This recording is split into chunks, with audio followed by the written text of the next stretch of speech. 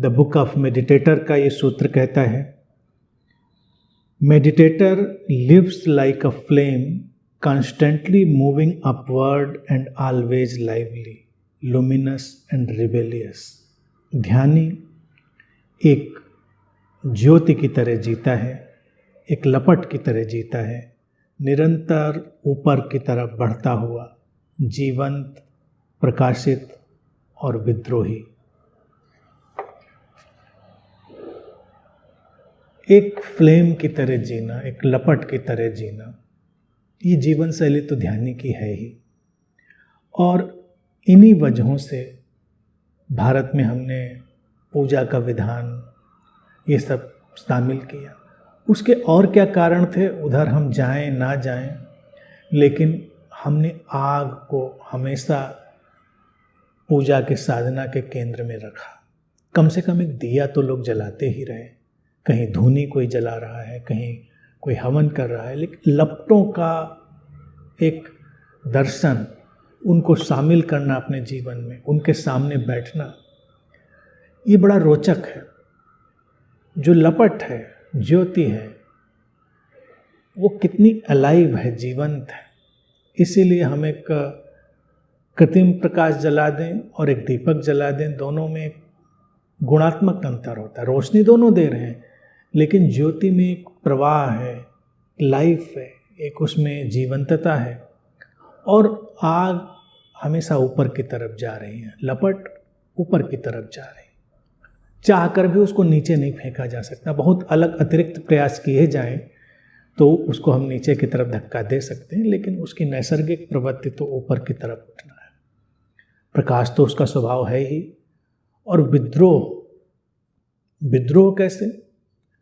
एक लपट है, उसमें जो कुछ भी आएगा उसके संपर्क में जलेगा। जो जलने जैसा है वो जलेगा, जो बचने जैसा है वो बचेगा। यही ध्यानी का ढंग है कि वो अपने जीवन में असार को, जो व्यर्थ है, उसको जलने देता है, खत्म होने देता है। और सार तो बचेगा ही, जो मीनिंगफुल है, एसेंस है, उसको हटाने का कोई उपाय नहीं। तो इसीलिए हमेशा इस ज्योति का, लपट का हमने सम्मान किया कि उसको हमें अपने जीवन में शामिल करना है, वैसा ही जीवन जीना है, एक लपट जैसा। कोई भी व्यर्थ की चीज़ें टिके नहीं, यही विद्रोह है। ध्यानी का विद्रोह ये नहीं है कि वो समाज सुधारने निकल पड़ रहा है, वो किन्हीं चीज़ों से, मान्यताओं से लड़ रहा है।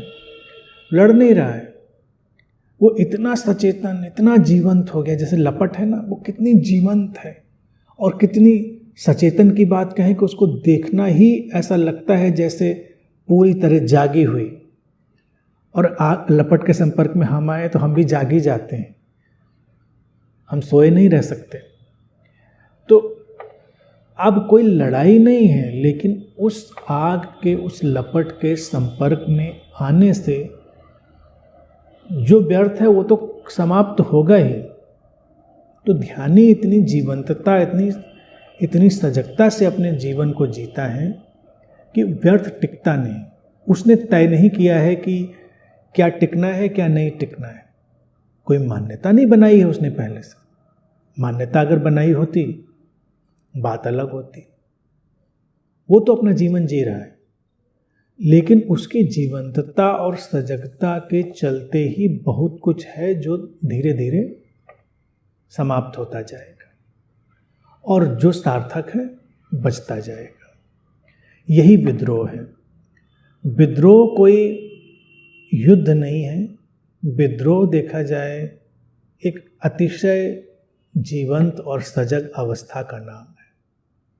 और जब ऐसे कोई जीता है तो उसका जीवन आलोकित तो होता ही है, प्रकाशित तो होता ही है, जैसे लपट प्रकाश डालती है। दूसरी बात यह है कि किसी भी तरह से उसे नीचे नहीं खींचा जा सकता, या इसको हम ऐसे देखें कि नीचे खींचा ही नहीं जाता। तो अगर सचमुच में ध्यान का पदार्पण किसी के जीवन में हो गया है, तभी तो उसे ध्यानी कहेंगे।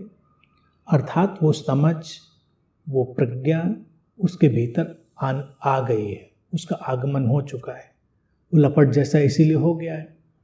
तो अब उसका नीचे जाना संभव नहीं। अगर कोई ऐसे सोचे कि किसी ध्यानी का कोई डाउनफॉल होता है, पतन होता है, कोई पतन नहीं।